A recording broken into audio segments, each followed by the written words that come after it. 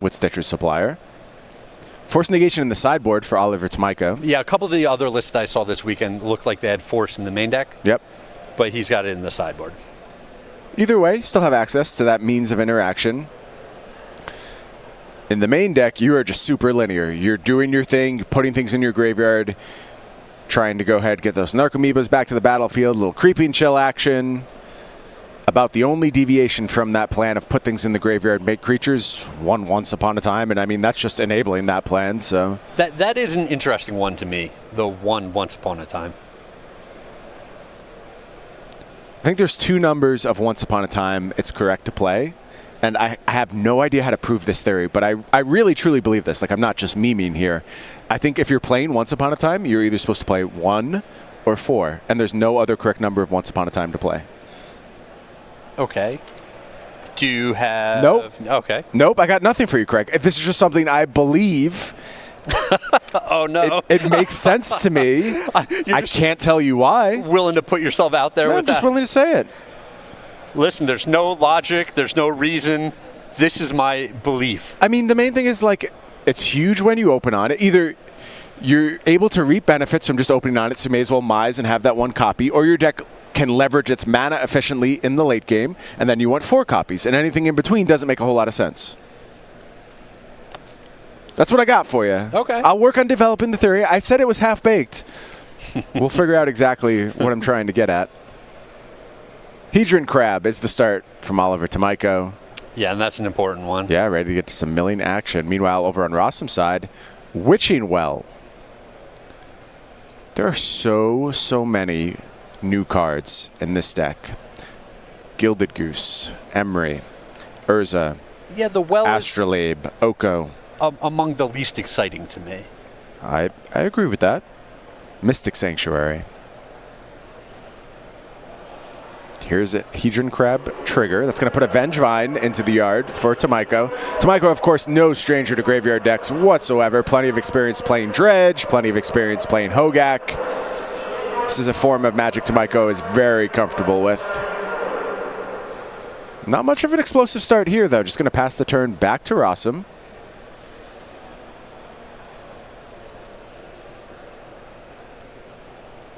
I think Rosum said go? Question mark? He is baffled. He's trying to figure out what's going on here. So am I. Oliver's just like, my hand's just bad. Don't think too much about it. Arkham's Astrolabe. Rosum draws a card. Here's a Mishra's Bauble.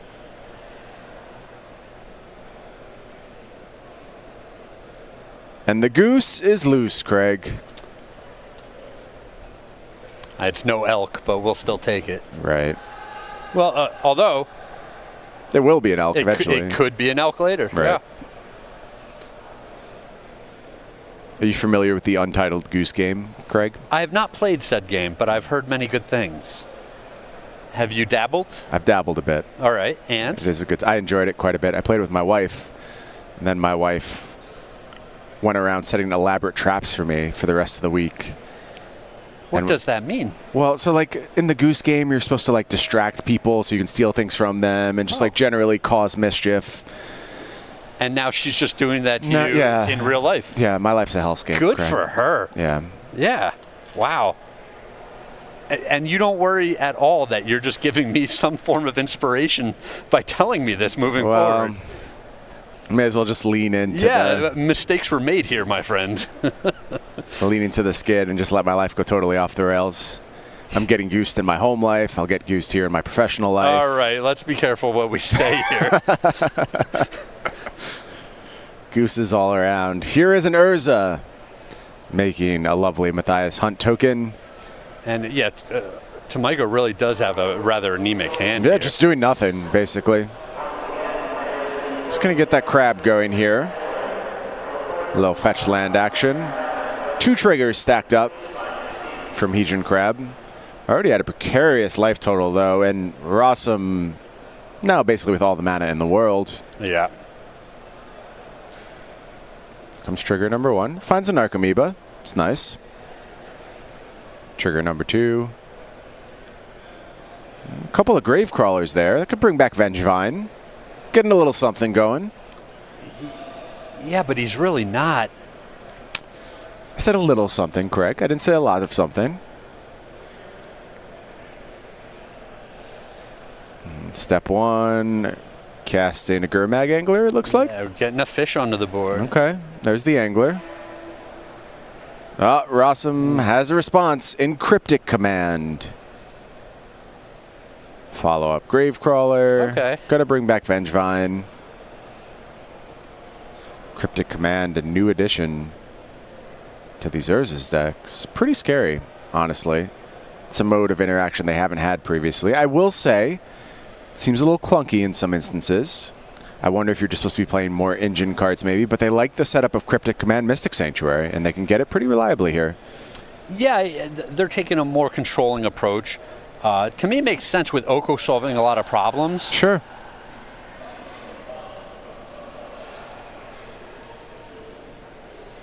So turn back on Rosum now. Battlefield quickly getting unintelligible and unmanageable, as these Urza boards often do. Just the way we like them. Right. Aether Spellbomb going to come down for Rosum. Has access to 73 mana, I believe.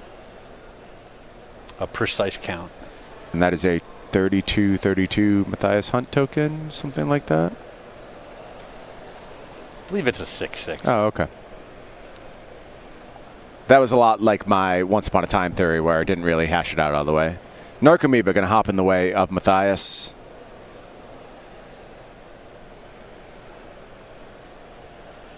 And Rosum just going to pass the turn back. We're back on Tomajko now. Glimpse the Unthinkable was the draw.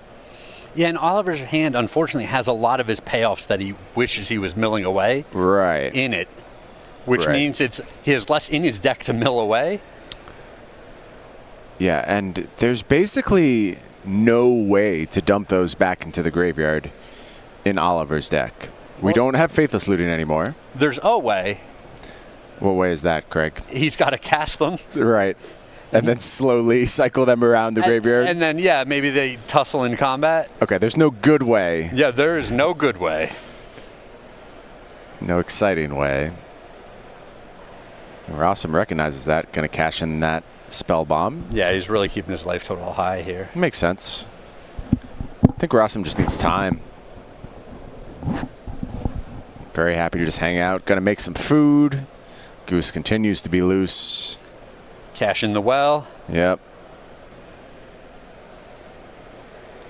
Grabs a Mystic Sanctuary. Going to be able to buy back that Cryptic Command if he so chooses. 3 islands at the ready. Oh, boy. I get what they're saying when they say maybe this is the straw that breaks the camel's back when it comes to Urza. This deck has some things going on. It really does. They've got a stew going here. Mm-hmm. Goose slowly adding food to the battlefield, upping that artifact count. There's Cryptic Command back on top of the library for Rosum. Mishra's Bauble. Second Mishra's Bauble. Huge Matthias Hunt. Going to make an attack. There goes Prized Amalgam. That'll be back before long, I have a feeling. We're going to cash in one of these baubles. Take a look at Tomajko's top card. Be able to load up that Cryptic Command before it goes back to Tomajko's turn.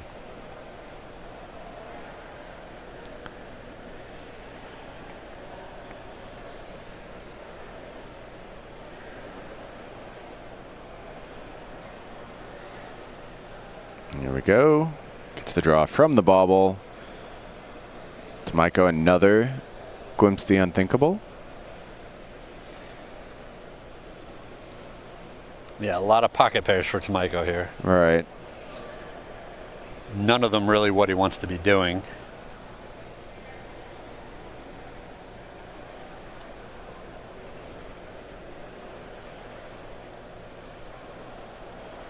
I mean, ideally for Oliver here, he wants to navigate this game in a way that he can get in some chip damage here and there, and then with the glimpses, potentially steal the game with some creeping chills. But in the face of all the food, and it just already so far behind. Yeah, it just feels like those first few anemic turns really doomed Tomajko. Rosum has the defenses up pretty well at this point. Looking like we're going to go ahead and make some food with Goose. Use one of those foods to go ahead and cast a cryptic command. Why not? Probably counterbounce my Sanctuary. Counterbounce my Urza. Okay. Makes sense. It's one of those spots where there's no bad modes for cryptic command, right?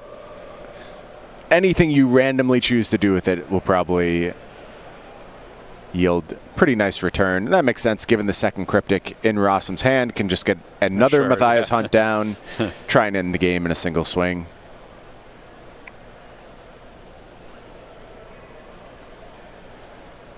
Yeah, this is one of those awkward games where Oliver, he's not dead.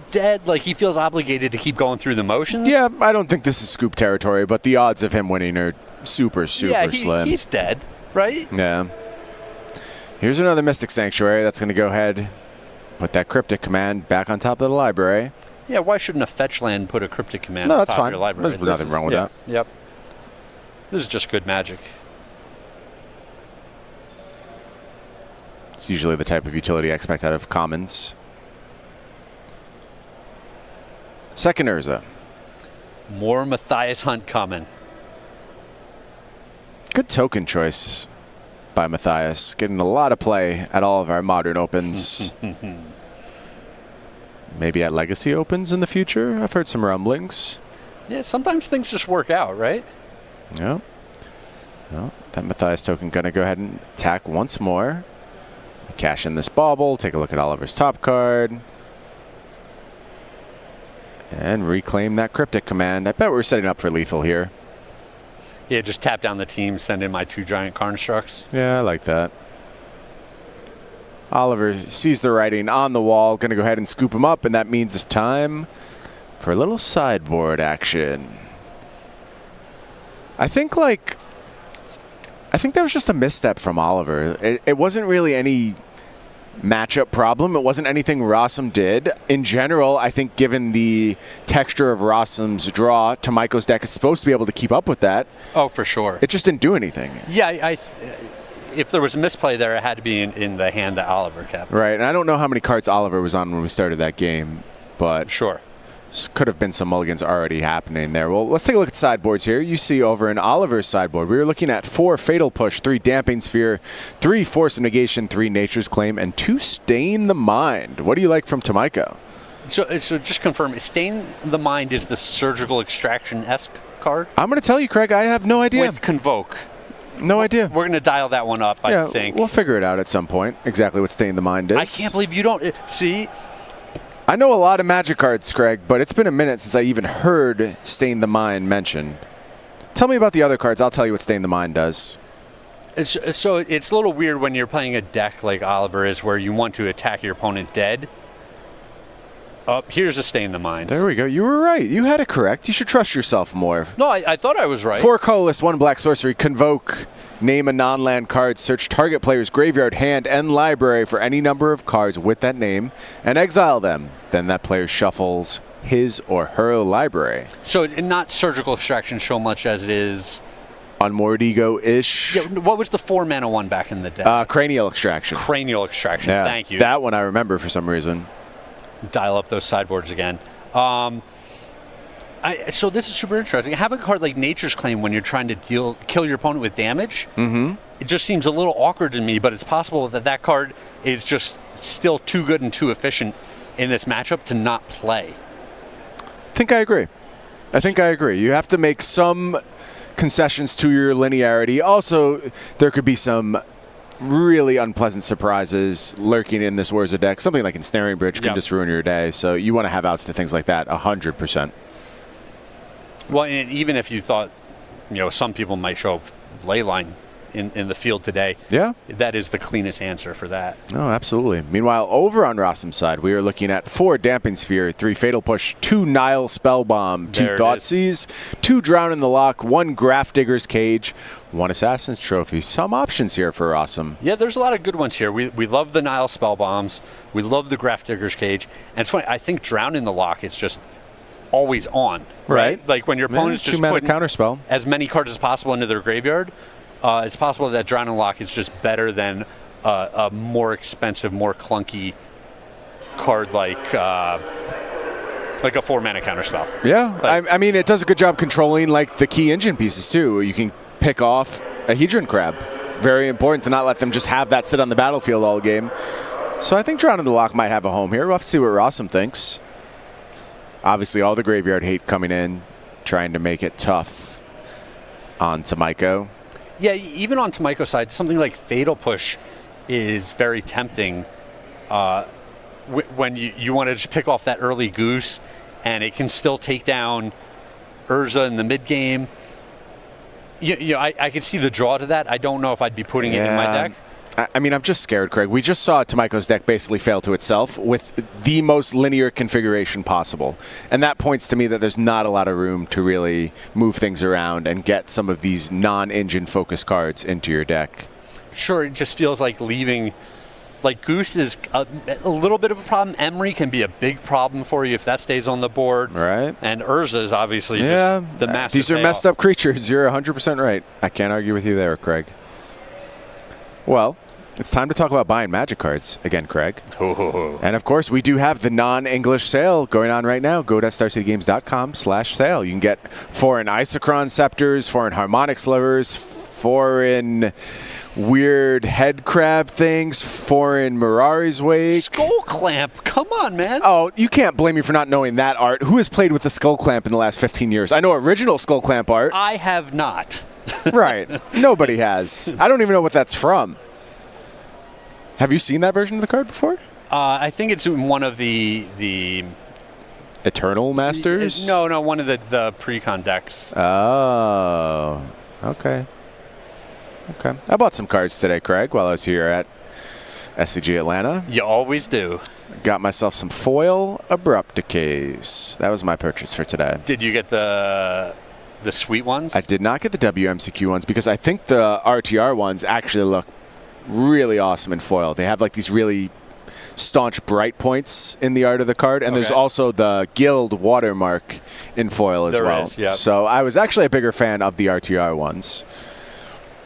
I like both of them. Both good.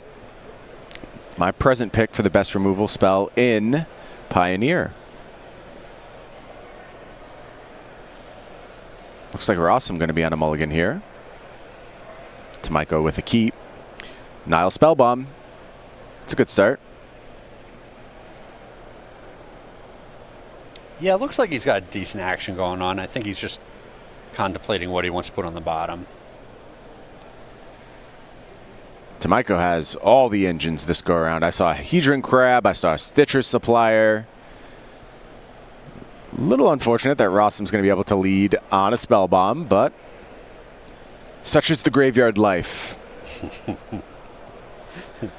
Live by the graveyard, die by the graveyard. Correct. Yep. So for our non-English sale, you think they've got cool ones like the... There's a few cards printed in the Phyrexian mana. The Phyrexian... Oh, I don't know. I don't know if those are included in non-English or not. Isn't it just the Elesh Norn, or are there other ones? It might be just the Elesh Norn. That card is really cool, though. Merfolk Secret Keeper. The Adventure side. Going to be cast here. 4 cards go to the bin, including a Prized Amalgam and a Creeping Chill. A little bit of damage headed Rosum's way. Rosum leading on Forest, into Bauble, into Opal, into Spellbomb. Oh, he can even draw the card off the Spellbomb if he wants to. None of my cards cost any mana. Sick Life. Yep, they all draw extra cards, cost no mana, and provide mana. And Oliver's like, well, I got the Hedron Crab. What do you think about that? Yeah, 1 mana O2. Get him. Polluted Delta. It's going to trigger the Hedron Crab. Going to let that trigger go ahead and resolve. Do see Fatal Push from Tomajko. Here's a Narcomoeba as well. Trigger on the stack. Yeah, Rosum now has to make a decision. It looks like Rosum's head is going to explode. The this one Narcomoeba, the bane of Rosum's existence, is going to cash in that spell bomb, takes a draw, and now we're going to go ahead and get that second Hedron Crab trigger. Yeah, it's tough when you have Nile Spellbomb because it is just so good, but you still have to be careful when you play it. You know, it's absolutely this one-time use you're getting out of the card. Absolutely.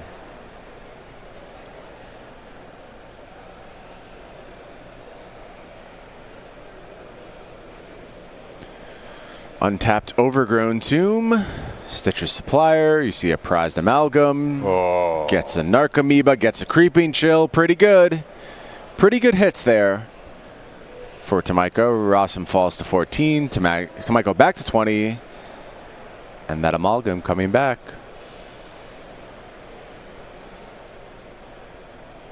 I can't believe this is just Rosum's turn too. It feels like so many things have happened this game already. So many things that have happened. It's absurd. How is that possible? Well, now we're on turn 3 somehow. Listen, Wizards wants this to be a turn 4 format, you tell me. I've put 25 power onto the battlefield by turn 2. No, not quite that dramatic. Hogak no longer around. Dude, we had Hogak just a short time ago. Things are better now, Craig. Are they? Everything's fixed. I mean, at this point, you might as well just unban everything. Just give everyone everything to work with. I've advocated that before. Nobody liked that idea. 2 triggers coming for Tomajko. Narcomoeba, the only real relevant hit there. Vengevine in hand for Tomajko. Stitcher Supplier in hand for Tomajko. There is that Stitcher Supplier. All these fatal pushes finding their way to the bin. Gravecrawler. Okay. Time for some attacks. What was that other card? Was that? So he has Memory Sluice. I played that card at a Pro Tour, Craig. And somehow this slow march of zombies is enough to defeat Jonathan Rosum. He scoops up his cards, and we are headed to a Game 3. Tomajko winning that one through a Nile Spellbomb. I would take note of that. But again, Rosum did nothing. Basically, we've had 2 players play solitaire against each other. The other side doing nothing. That means we're in for a banger of a third game. Oh, for sure. So Memory Sluice is mill anyone for 4. And then you can use the Conspire ability, tap 2 creatures that share a color with Memory Sluice. Oh, to copy it. To copy it. Hedron Crab and, of course, Gravecrawler, all share colors. Stitcher Supplier. Okay. Yep. It's a nice one from Shadowmoor. Yeah, Narcomoeba. Yep. Shadowmoor, one of my favorite limited formats of all time, actually. And I enjoyed the Memory Sluice deck in that format. It was rare. You could occasionally mill your opponent out.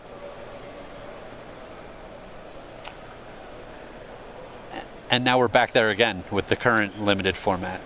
Yeah, now we're doing Merfolk Secret Keeper things. Although I'm told that's exaggerated by Arena. It's unbearable on Arena, I won't lie, but I've heard that's not a real life problem. That's not really what the format looks like. Okay.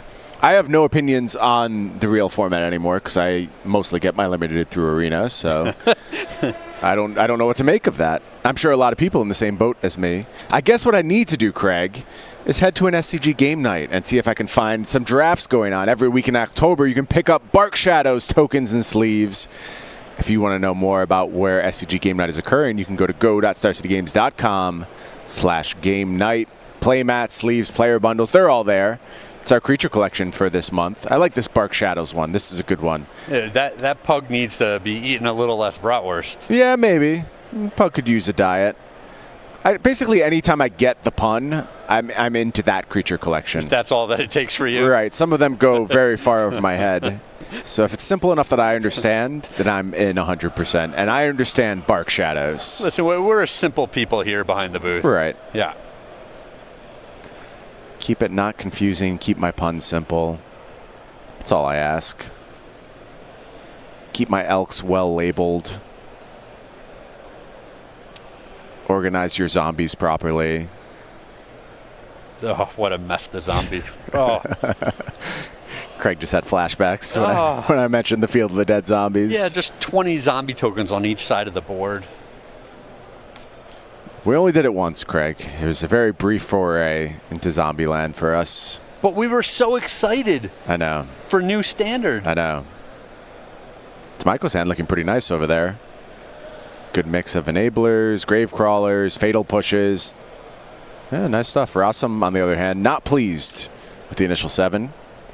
Going to go ahead and look for a better 6.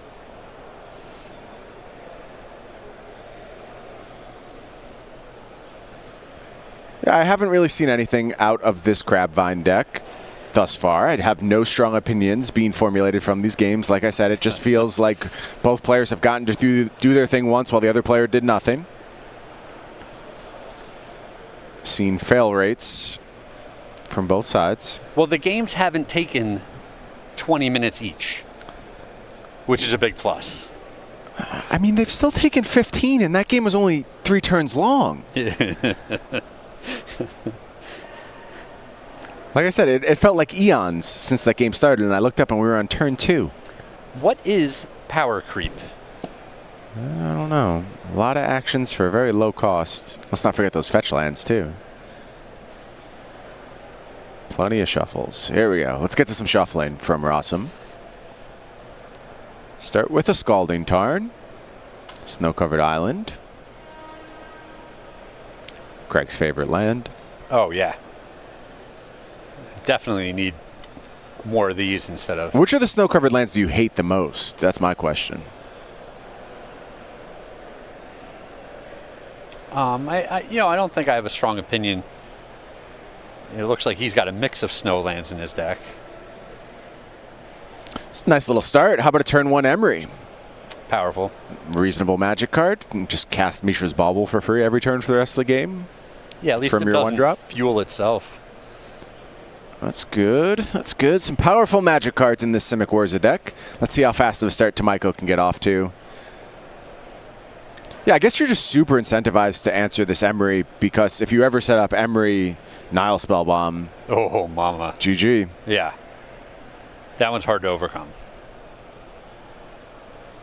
Tomajko is going to go ahead and fetch here. Gets a Watery Grave untapped. Do you think it's time for the Fatal Push already? Yeah, I think you've got to take this line. It just generates too much advantage. And a lot of what Oliver wants to do is through Hedron Crab. Yep. So you don't want to deploy the crab until you can play your lands anyway. Sure, absolutely.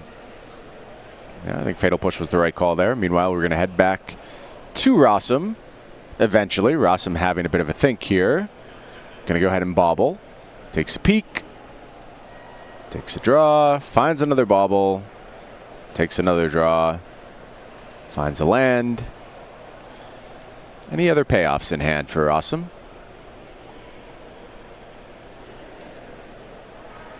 A sad, ineffectual Mox Opal on the battlefield presently. I don't think it's going to be lonely for very long. No, it usually isn't. You don't see many Mox Opals incapable of making mana these days. They all pretty much get the job done. That is so true. That's something I hadn't thought about. I think once you're playing it in your deck, you're pretty much making that statement anyway. My deck will reliably turn this on. Well, the Affinity deck to me was one of the big ones that it always had it online. Mm-hmm. But I feel like over time, I don't remember a specific instance, but I'm pretty sure I've seen, like, the lonely Mox Opal that's just not as good as you want it to be. Mm-hmm. How about another Emery? We'll try that again. Couple Astrolabes headed to the bin.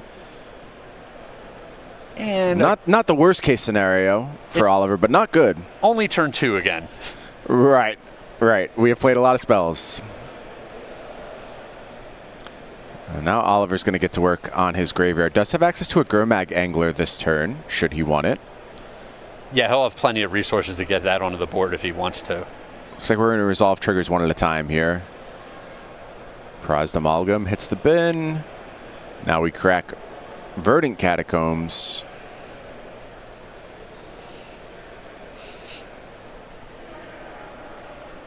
I have a feeling just Gurmag Angler is not going to be enough here. Something else really, really good should happen on this mill. if Oliver's going to be okay in this game.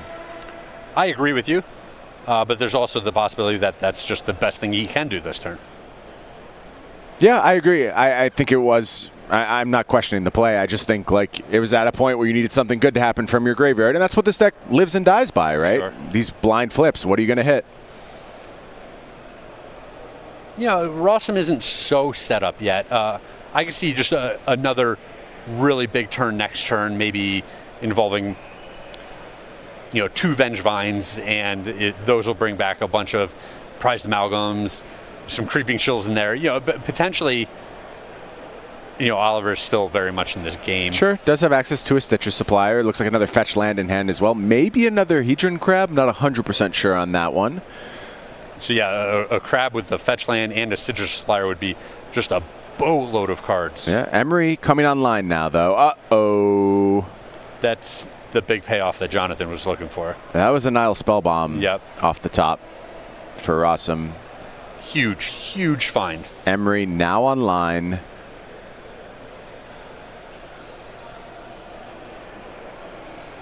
Yeah, that is big trouble for Tomajko here. And Rosum still had a very comfortable life total, too.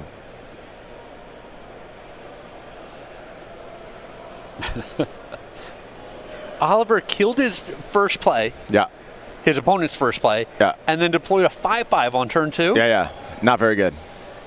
Yeah, and it's looking not close. Do more, Oliver. Work harder. Here comes Gilded Goose. Gonna bring some food with it. Honk. Very good, Craig. Nile Spellbomb is the play. And the turn is passed to Tomajko. We're going to cash in that bauble. Take a look at the card drawn by Tomajko. It was a Narc Amoeba. Gross. So the Untitled Goose game, is this an app that I can download, or is it on a platform? I played it on Switch. I know it's available on PC as well. I'm not sure whether it's available on phones. Okay. Sorry. Someone tweet at Craig. Let him know where he can get the Untitled Goose game. And tag Cedric in that tweet because he loves that. Right. Cedric just wants to know what we're up to on social media at all times. You should always be tagging Cedric anytime you tag one of us. At Cedric A. Phillips. Right. Here's a Creeping Chill found on the first 6 cards that hit the bin for Tomajko.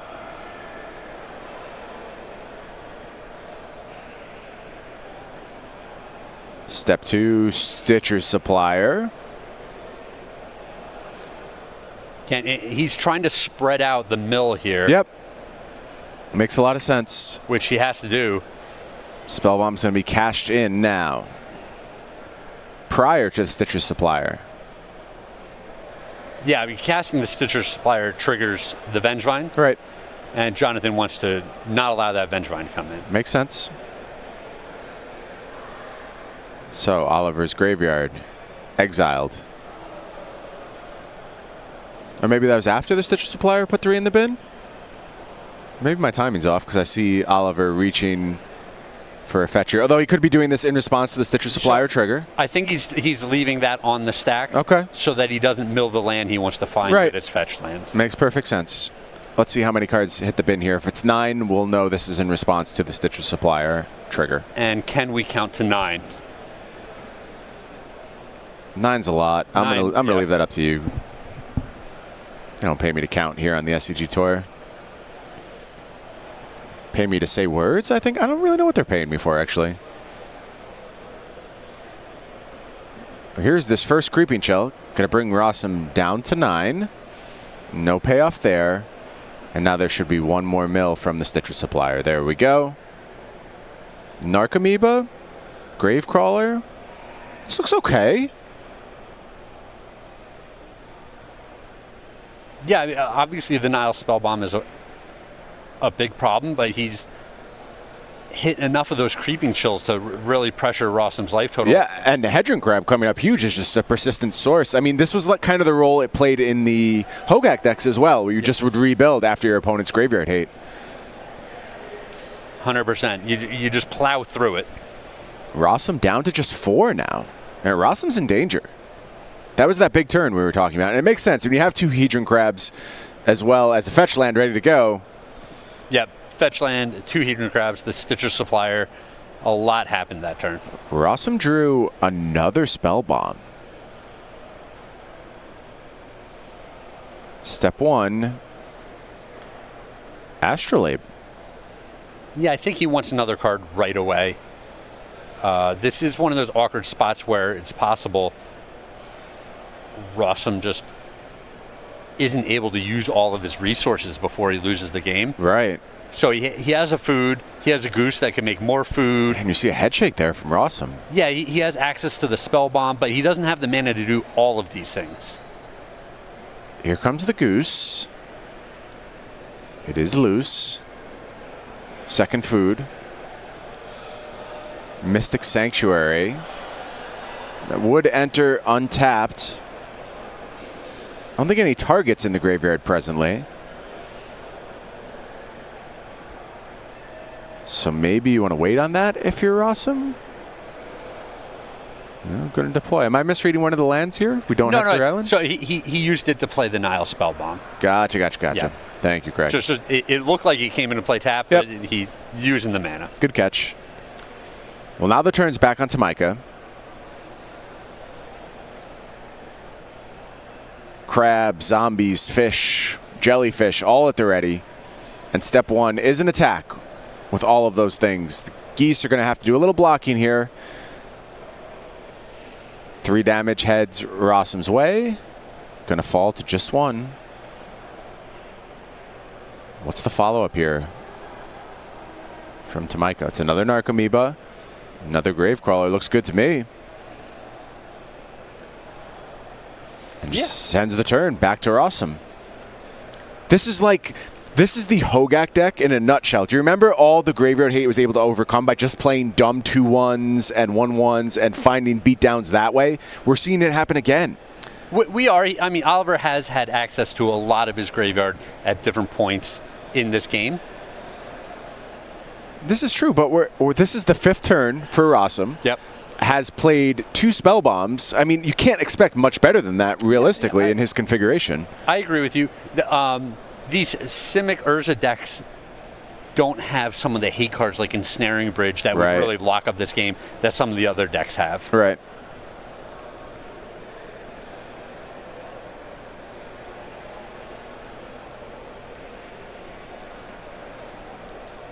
This is probably the point in time at which I want to poke fun of our naming convention here.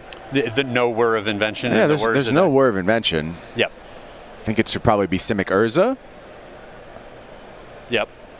But again, I get paid to come here and say words, Craig, not to name decks. Yeah, we read what they put on the screen in front of us. Correct. It's like the Ron Burgundy thing. I will read any name you put in front of me. Do not test this man. Well, Rosum trying to figure out how to stay alive here.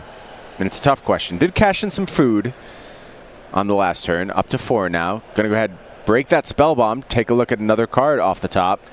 Tells me he needs something. Yeah, and I think the soft lock for Rosum here is finding a cryptic command and being able to tap the opposing team and put my Mystic Sanctuary on top. Here's a spell bomb. Is this enough? Well, I think sacrificing a food to gain some life and bouncing something, maybe he doesn't have that much mana. Couple blocks available.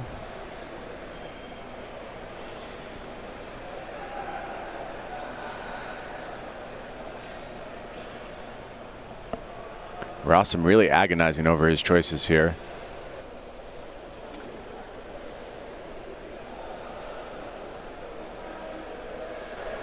Yeah, this is tough because every turn you chump block is a turn where you have less resources for the next turn. Right. Yeah, you need something to turn the corner. I think, like you said, Cryptic Command is a good candidate. Well, and he has Emery active, so even if he locks himself, quote, with the Mystic Sanctuary and the Cryptic Command, he can still access additional cards every turn through Emery. Sure.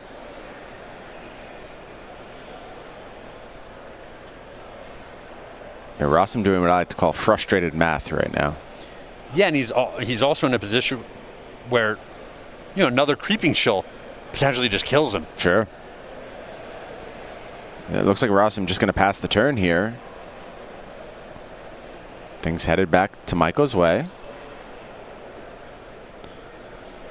Glimpse the unthinkable. Good chance that finds something good.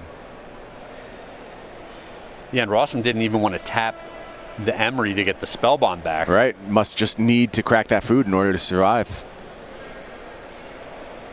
It's also possible he needs the Emery to be blocking as well. Right. All true. And here comes the whole squad.